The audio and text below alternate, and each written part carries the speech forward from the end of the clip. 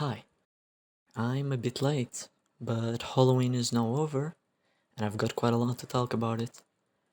Despite being around 15 minutes in total, Halloween actually has a great amount of depth in it. This video is my personal theory on these three short stories, which have got a deeper meaning on them than meets the eye. A few reminders before I start though, as I've said, this is my theory. This is by no means an interpretation of what exactly Fauna had intended for the story. As she said it herself, everyone can have their own interpretation, and all of them are correct.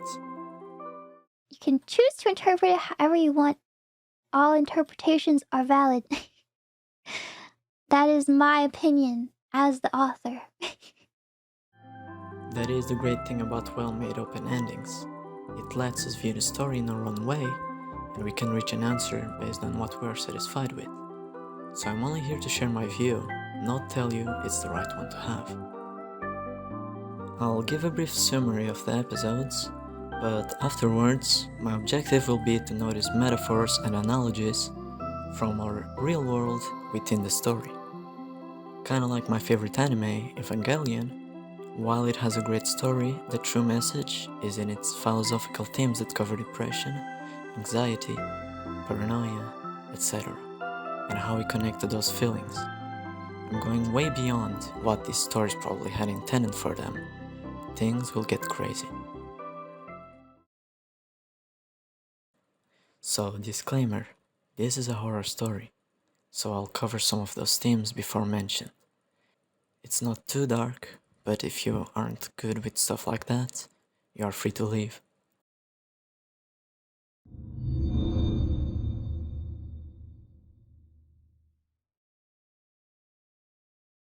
There's a rumor going around the internet. This website popped up out of nowhere and suddenly became popular. It claims if you submit your name, you'll be saved. What it means by saved, no one really knows. Salvation, maybe? I wouldn't normally believe something like this, but all my friends have disappeared. This is a great introduction to the story. The image of this website has a biblically accurate angel, further compelling the idea of salvation. In this story, there are only 3 people left in an entire classroom: Gura, Fauna, and Ame. The rest of the class put their names on the website and are now saved. Throughout the episodes, our characters start growing more and more paranoid because of the existence of this weird website and the absence of everyone else. This causes Ame to insert not her name but Gura's on the website, believing all this is just a bad hoax. On the next day, Gura doesn't come to school. This makes it so that on the night of that same day, both Fauna and Ame put their name on the website.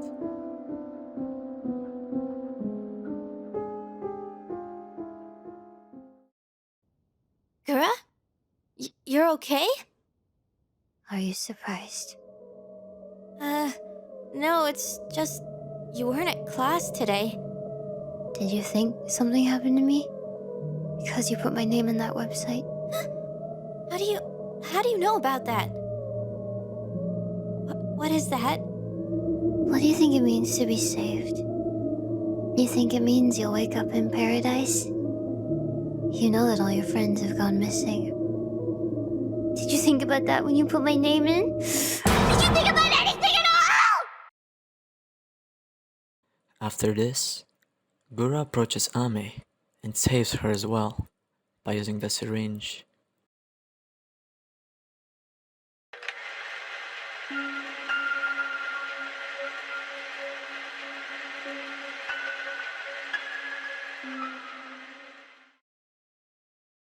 From this episode, we can already deduce a great amount of things, but I'll leave the more detailed theory for later in the video.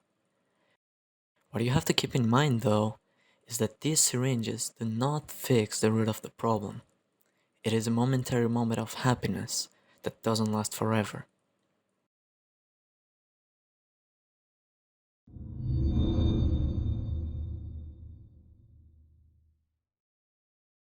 Lately, I can't help but feel like I'm being watched.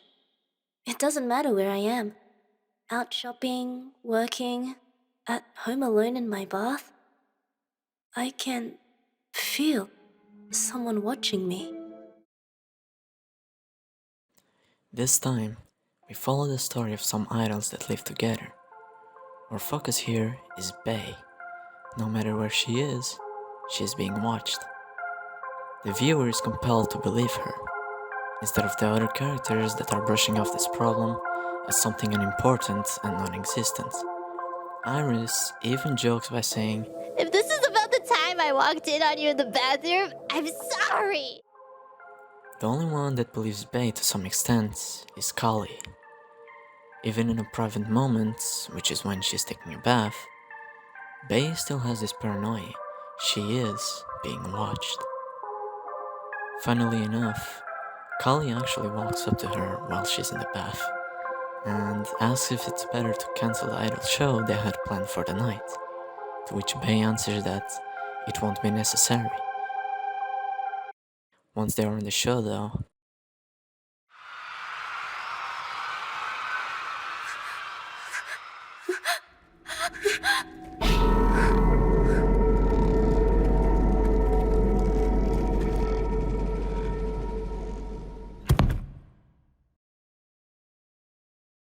Kali scoops out everyone's eyes, yet there's still someone watching.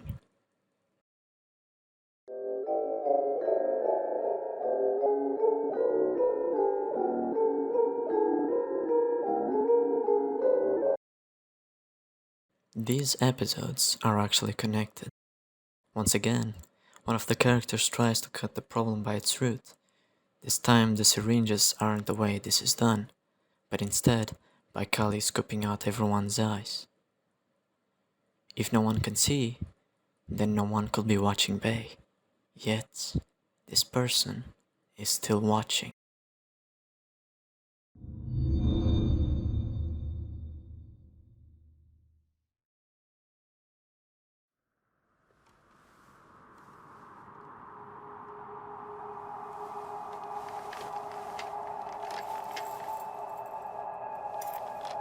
Hold still. You want to be remembered, don't you?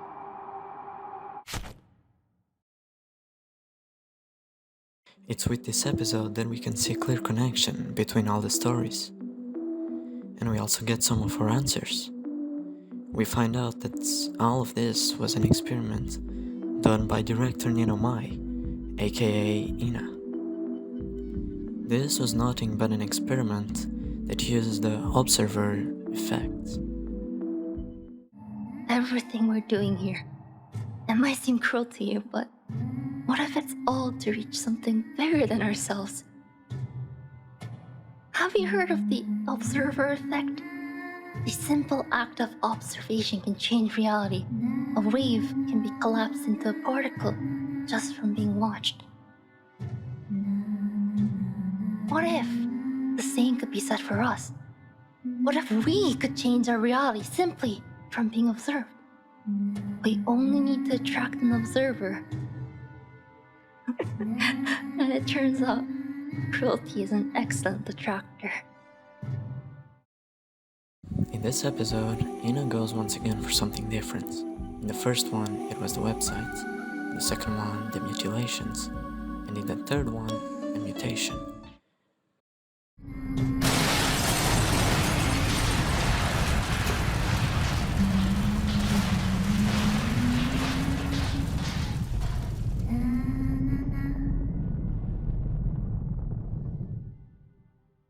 Mommy.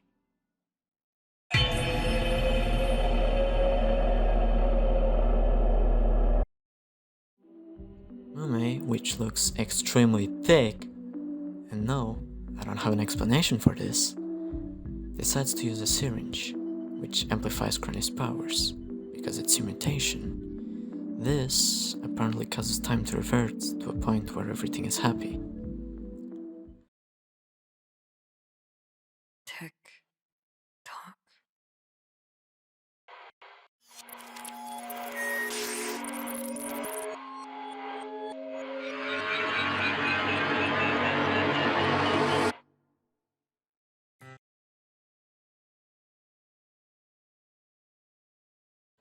Now you must have a lot of questions. If everything ends up happily, then the syringes really meant permanent salvation from the beginning, and the whole experiment was meaningless. I'm going to be explaining this now, in my theory.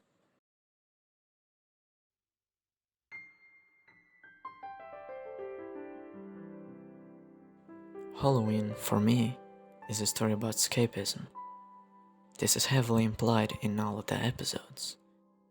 In a state of desperation, these characters decide to put their name on the website, so they can feel hopeful about finding their friends again. In the second episode, Kali scopes out everyone's eyes, so Bei could escape from the problem of feeling like she was being watched. And on the third one, Mume uses the syringe on Crony so she could fix everything. The problem here is that in all the episodes, the characters try fixing the problem by cutting its root. But you can't quite do that in your daily life. If you feel stressed because of your job, you can't just stop doing it. You can't just ignore all the stress by not working. This will just cause you to lose your job, you will be homeless, have no food, and you will die. Oh no. Going once again back to the second episode, scooping out everyone's eyes did not fix Bei's problems of feeling like she was being watched. There's a very clear connection between the characters and us, the viewers. This is shown by both the amount of eyes included in all the episodes, and also the person who is watching Bei all along is us, the viewers. So we can relate to these problems, because they are real, and we clearly have a connection to this story. During our daily lives, we are too stressed. Even in a moment when we should be relaxing, sometimes we can't even seem to forget about a certain deadline that we have to meet, or a school exam that we have to do soon, or even something small such as having to cook dinner, etc. Our mind is just too focused on these problems, and they just keep piling up. And the way we observe our daily lives when stress, sadness, and depression, among many other negative feelings, are the root of the problem. No matter what we do, we can't fix any of these problems by trying to cut the root of them. And from this comes escapism. Escapism gives us a momentary amount of happiness. Too much of everything, of course, is bad. You can't treat escapism as the way to fix the problem, because you can't just erase the problem and label it as non-existent forever. And that is the message of holoweEN for me. It's not a truly happy ending. If Crony just reverted time, then the story will repeat itself, and so will our problems in real life. We can momentarily escape from these problems by doing whatever, be it watching VTubers or playing a game about VTubers. And now that Crony knows of the problem, she can work towards slowly trying to fix it. We have to cherish the current happy moments we are living and come back to them as often as we can. Life will be tough, and we will always have a challenge during it that we have to get through.